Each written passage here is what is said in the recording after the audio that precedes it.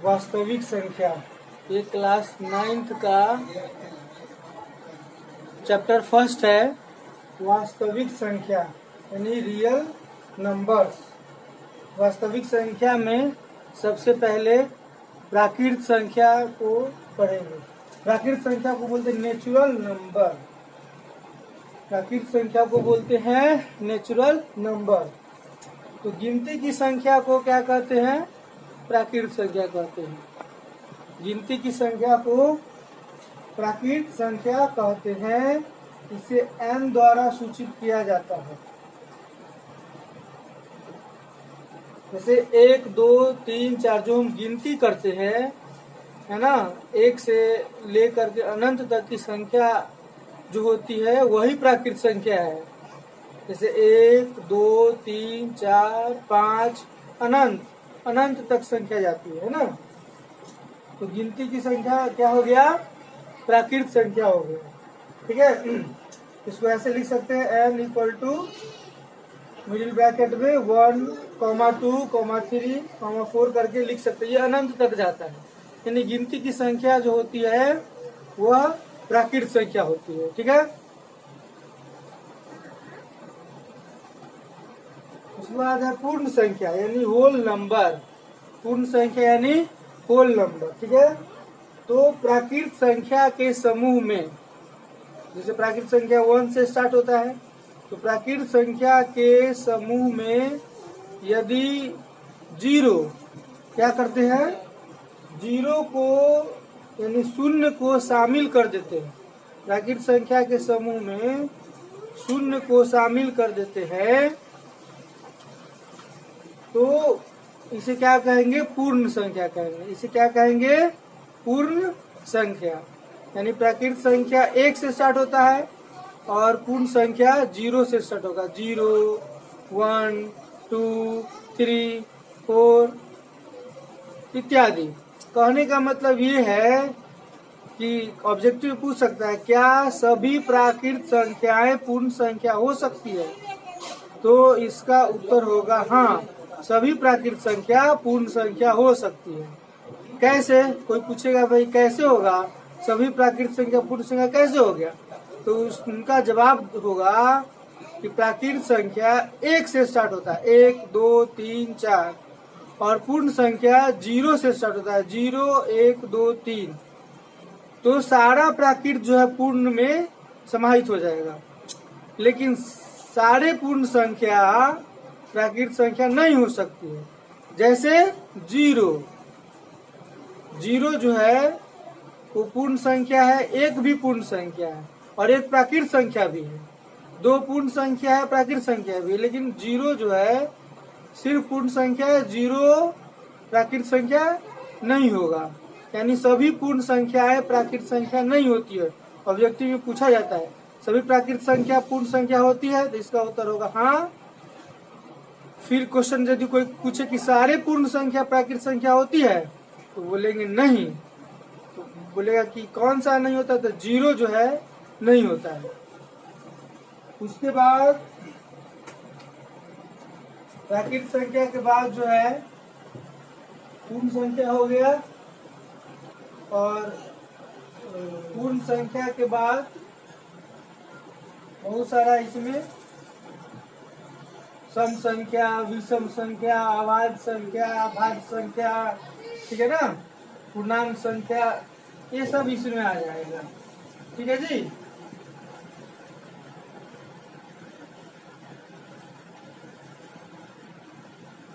तो जो है उसके बाद है सम संख्या। क्या है? सम संख्या। सम संख्या, सम संख्या, तो सम संख्या मालूम है, इसको बोलते हैं इवेन नंबर। सम संख्या को क्या बोलते हैं? Even number. सम संख्या को बोलते हैं इवेन नंबर। ठीक है, तो सम संख्या वे प्राकृत संख्याएं जो 2 से पूर्ण विभाज्य हो उसे सम संख्या कहते हैं।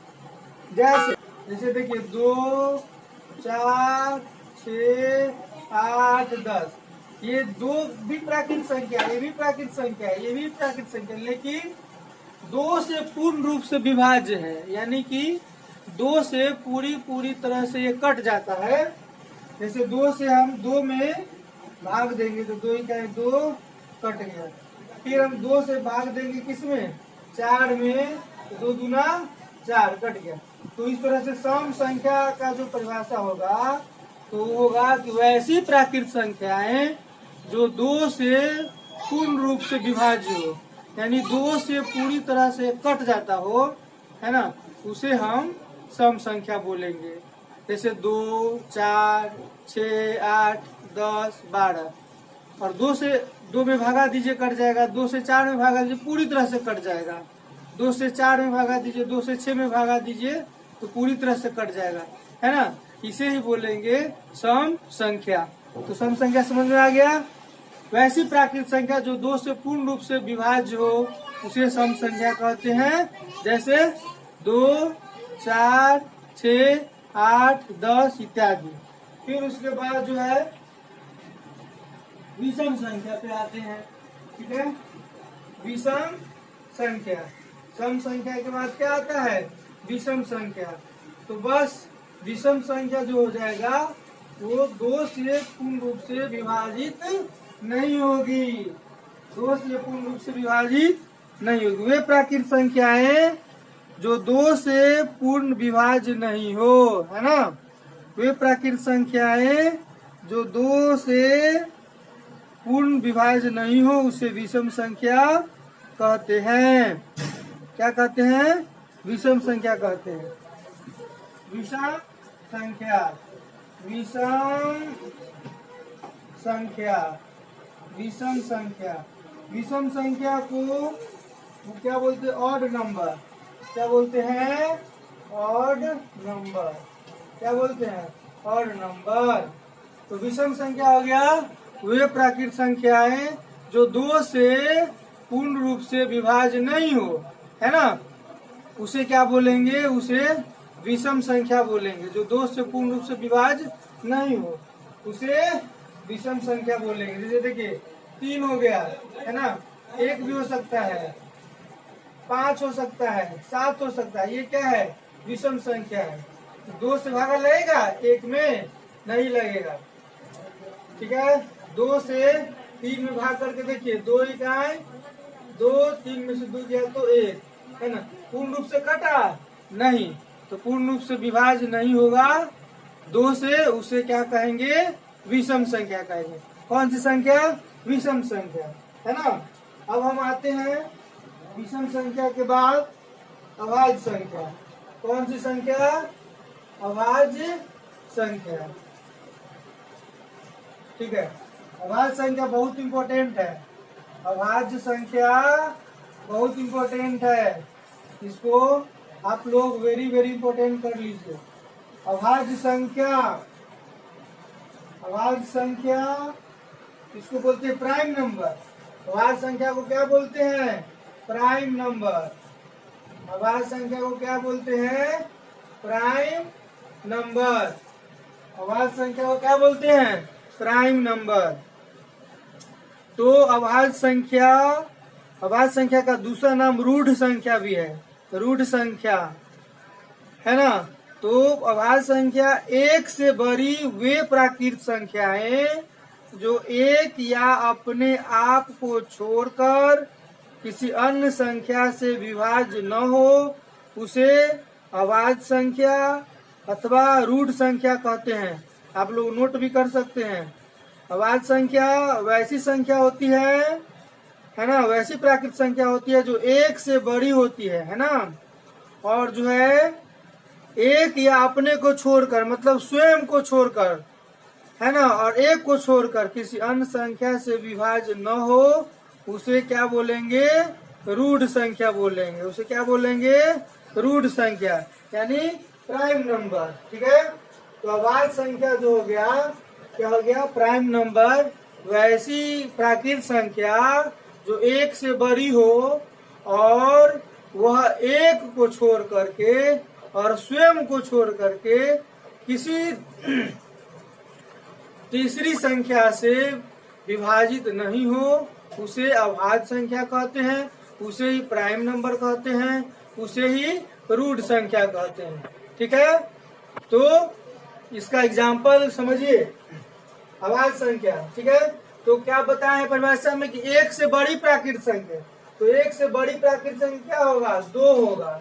ठीक है, और बताए थे अभाज्य संख्या में बहुत इंपॉर्टेंट है, ये एग्जाम में पूछता है, तो 2 है, तो 2 में 1 से भागा लगेगा और खुद 2 से भागा लगेगा, तो यही अभाज्य संख्या की 1 से लगता है और खुद से लगता है, स्वयं से भागा लगता है, वही जो है अभाज्य संख्या कहलाता है। जैसे 2 हो गया, तो 2 कौन कौन अंक से कटेगा, 1 से कटेगा और खुद 2 से कटेगा, इसके अलावा कोई तीसरी संख्या से नहीं कटेगी। अब देखिए इसका दूसरा एग्जाम्पल, जैसे 3 ले लेते हैं, 3 कौन संख्या से कटेगा, 1 से कटेगा और खुद 3 से कटेगा, स्वयं 3 से कटेगा, तो यह हो जाएगा अभाज्य संख्या। बात समझ में आ रहा है, अभाज्य संख्या 1 से और खुद से कटता है ना, वही अभाज्य संख्या होता है। 1 2 3 है ना, उसके बाद 5 भी जो है खुद 1 से विभाज्य होगा और खुद 5 से विभाज्य होगा, है ना, तो ये क्या हो गया, अभाज्य संख्या हो गया।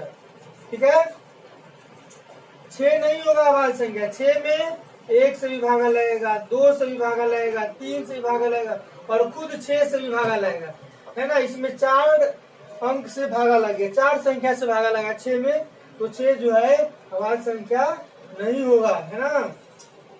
उसके बाद आते हैं 7 में भागा 1 से लगेगा और खुद 7 से भागा लगेगा, है ना, तो इसको बोलेंगे अभाज्य संख्या, 7 को अभाज्य संख्या बोलेंगे, यानी प्राइम नंबर बोलेंगे। ठीक है, इसी को वही रूट संख्या बोलते हैं। ठीक है, सबसे छोटी अभाज्य संख्या जो होगी वो 2 होगी और वो सम संख्या है, पूछता भी है कि सबसे मतलब जो है वैसी अभाज्य संख्या जो सम संख्या हो, तो उसका आंसर हो जाएगा 2। क्या हो जाएगा, 2, देखिए, है ना, 2 हो जाएगा। 1 से बड़ी अभाज्य संख्या का जो परिभाषा होगा, 1 से बड़ी प्राकृत संख्या होना चाहिए और 1 से और खुद से कटे, 1 से विभाज्य हो और स्वयं से विभाज्य हो, उसे अभाज्य संख्या कहते हैं। जैसे 2 3 5 7, है ना, 8 नहीं होगा, 9 नहीं होगा, 10 नहीं होगा, इसलिए कि 8 में जब भाग देंगे, 8 में जब भागा करेंगे तो इसमें 1 से भागा लग जाएगा, 2 से भागा लग जाएगा, 4 से भागा लगेगा, 8 से भागा लग जाएगा, यानी 2 से अधिक इसका अपवर्तक हो गया नहीं, जबकि अभाज्य संख्या में केवल 2 अपवर्तक होना चाहिए, मतलब खुद से भागा लगना चाहिए और 1 से भागा लगना चाहिए। ठीक है, 9 हो गया, देखिए 9, तो 9 में 9 1 से भागा लगेगा, 3 से भागा लगेगा, खुद 9 से भागा लगेगा, इसका 3 अपवर्तक हो गया नहीं, तो यह अभाज्य संख्या नहीं होगा। 10 में 1 से भागा लगेगा, 2 से भागा लगेगा, 5 से विभाज्य हो जाएगा नहीं, खुद 10 से भी विभाज्य होगा, 10 अभाज्य संख्या नहीं होगा। 11 में 1 से विभाज्य है और स्वयं 11 से विभाज्य है, तो 11 जो है अभाज्य संख्या हो जाएगा। ठीक है, धन्यवाद। और हम इस तरह से रोज जो है वीडियो आपके लिए लेते आएंगे, है ना, मैथ्स खास करके क्लास 9 के लिए, धीरे धीरे क्लास 10 को भी लाएंगे, है ना। और मेरे वीडियो को लाइक सब्सक्राइब करिए और शेयर करिए। धन्यवाद।